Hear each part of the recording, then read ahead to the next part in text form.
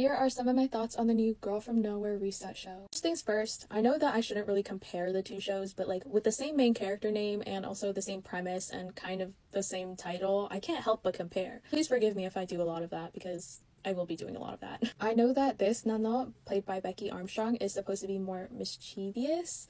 I think that she plays it really well, Becky Armstrong. She plays that kind of like more naughty type of Nano really well, and I think it works for the show, honestly. Although I will say that I do miss Kitty's more in your face, like clueless, like she's just a new girl, but behind your back she's like smirking and like plotting on you. I did notice that they kind of said the word revenge, like the whole theme was like revenge when it came to Nano, so I'm wondering if they really just got rid of Yuri and Junko. I mean, I wouldn't be too upset at that change, even though in the original show I did like the dynamic between Revenge and Karma. The two intros are completely different. They have a whole new song. For Reset, they have like a more circusy theme, which again does play into the mischievous Nano, but I might be biased. I think La Femme Resort is just like such a wonderful song, and the original intro had more of a mysterious vibe, where this one is more like naughty.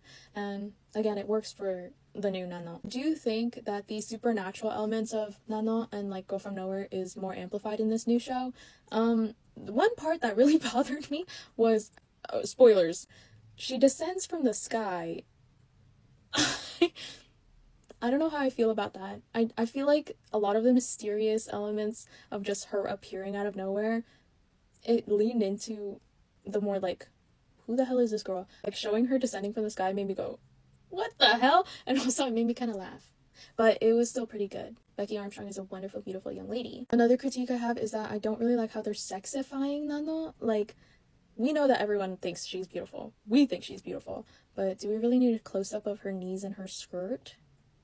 I don't know. I don't know how I feel about that. I noticed that the writing for this show is a lot more like, let me say things out loud type of thing, because she confides in people. She like talks to other people about her thoughts, when in the original show Nana really only talks through her dialogue in her head and to the audience.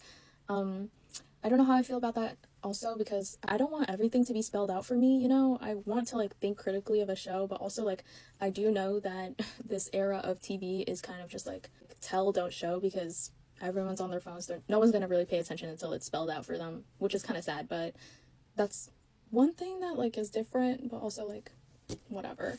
I'm still very excited to watch more of the show. I know that it's just gonna get more fleshed out. We're gonna see more of Nano's like maybe how she like learns about humanity some more, because in this episode she's very like naive to how things can change. I'm very excited.